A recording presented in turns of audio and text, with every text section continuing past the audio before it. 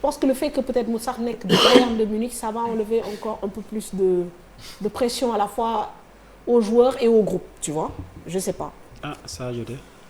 Ils ont dit que ils vont refaire le point dans 10 jours. C'était dans 10 jours, c'était il y a 3-4 jours qu'ils l'ont dit. Donc xam naa d'ici 5-6 jours, on va faire le point et espérons que d'ici là qu'il aura bien récupéré son genou ou le côté de son genou là. Donc, parce que comme c'était un peu enflé. Mais en tout cas, on a besoin de lui, hein. On a besoin de lui, hein. L'équipe nationale du Sénégal avec et sans Sadio Mané, c'est pas la même chose, hein. Ce qu'il représente aussi, et puis le fait qu'il soit sur le terrain déjà par rapport aux adversaires qu'on va affronter, c'est déjà psychologiquement important. Donc c'est le deuxième meilleur joueur du monde. Ouais. Donc c'est juste dommage. On espère qu'il va bien récupérer et revenir. Et revenir avant la fin des matchs de poule, quoi. Inch'Allah. Moi je pense que bon Sadio dañu manque parce que c'est un leader technique, c'est un leader moral. Comme lu ko waxee deuxième meilleur joueur du monde nga am ko sa équipe c'est un plus. Donc maintenant bu ñu xam nañ ne peut-être ne sera pas il faut ñu adapté wu jox responsabilité yeneen joueurs yi ñu fi nekk parce que il faut que ñu xam ne tamit football noonu la daa tout le temps day am ay moments. yoo xam ne da nga am ay voilà ay incertitudes ak ay moments surprise kii gaañoo kii.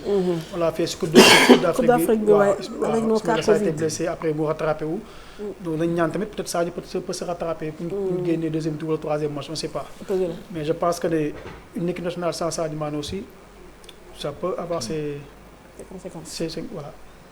mais man dama jàpp ne Sadio ci coupe du monde. quel que soit Alpha c'est que li ma gis mooy.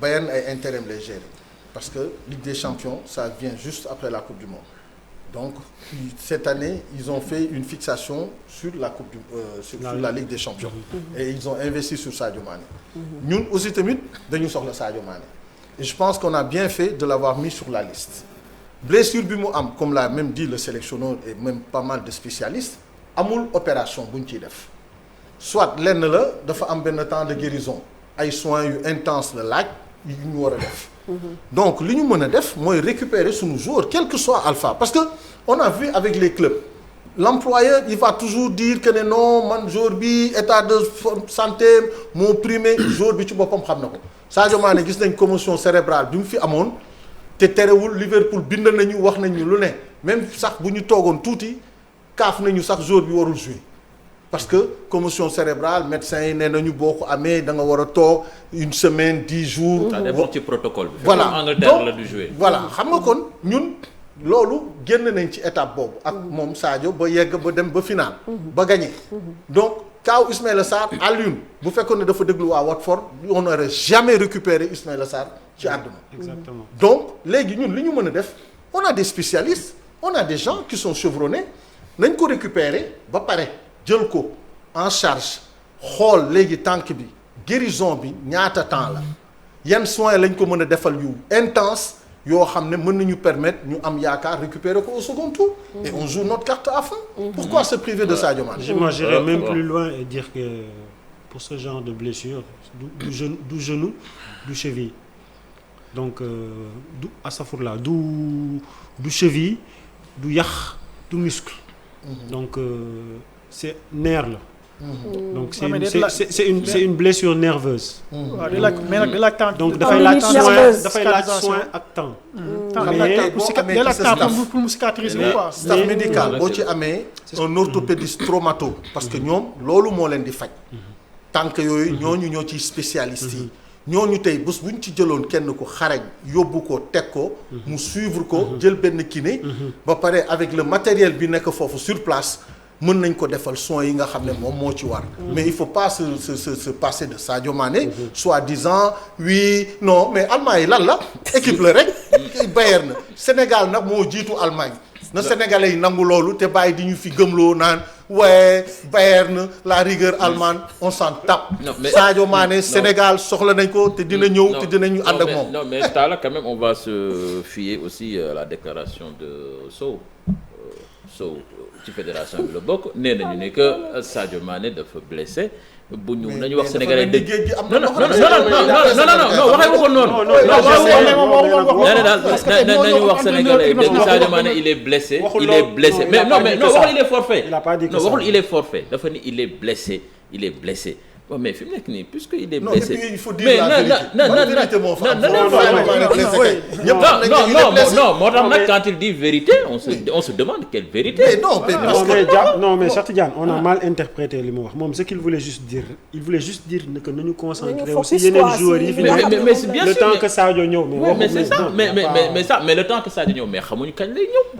mais loolu kenn mënu la wax kañ lay ñëw alors que ñun match yi ñuy football xam nañ kañ la donc ça veut dire que nañ ñu tegagum Sadio Mané fële fàtte ko xam ni dañoo war a jouer pour gagner et en plus moi je dis que c'est une bonne chose sax moom absence bi tombé premier match bi doon contre Pays-Bas parce que moi je trouve que man match boobu même suñu ko ñàkkee ça ne met pas en danger notre qualification te boobaa dinañu xam exactement absence bi ban impact la am réellement ci groupe perte match pour xam absence.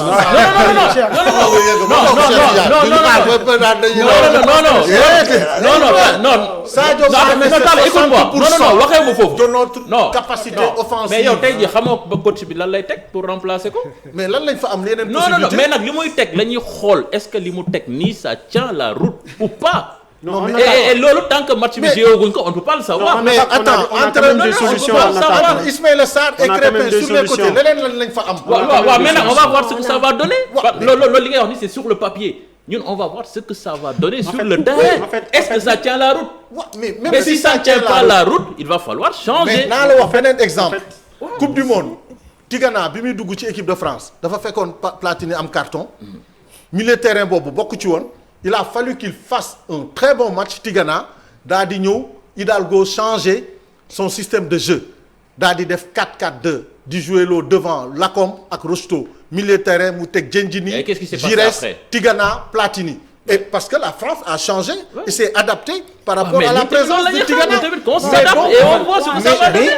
mais duñu tere ne Sadio Mané moom c'est un monsieur non Sadio loolu lu mu Talla ça c'est une lapalissade ñëpp xam nañ ni que dégg nga naan lu ñu wax c'est une évidence ñëpp xam nañ ni que Sadio su fi nekkul bon on connaît Talla ak Cheikh waaw c'est bon maintenant on va laisser les autres parler. Non c'est le monsieur plus de cette équipe ça tout le monde le sait c'est une évidence. C'est bon. Ce que je pense mooy que Sadio si non c'est que ça Talla lu mu nanguwul mooy que Sadio mënul absenté et loolu lu mën a nekk la il faut que ñu def ko ci xel aussi c'est une possibilité.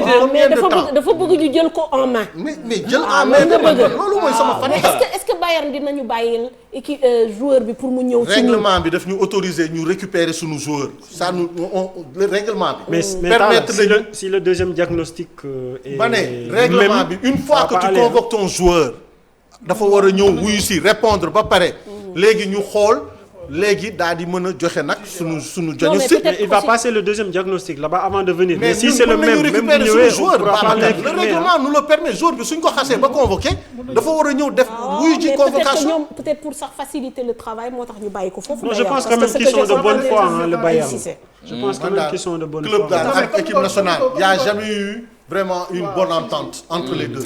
À chaque fois qu'on a eu des en fait ils ont peur qu'on le force à fédéraux yi ragaluñu ñàkkuñu fayda s'ils savaient que lii ay bluff la woon nañ xale bi bu yàgg mu ñëw comme ils l'ont fait avec Ismaïla Sarr ça moom il faut que xam naa peut-être qu'ils veulent que mu def ay soins intensifs ragaluñ Bayern de deuxième diagnostic comme ni ko doon waxee Sadio est assez responsable assez de tout à fait bouteille pour savoir assez motivé assez motivé je pense que s'il y a quelqu'un qui veut mais Bayern du Liverpool aussi je pense que non mais je pense que s'il y a quelqu'un qui veut jouer cette coupe du monde c'est Sadio Mané. Sadio Mané amee 0,5% de chance pour jouer.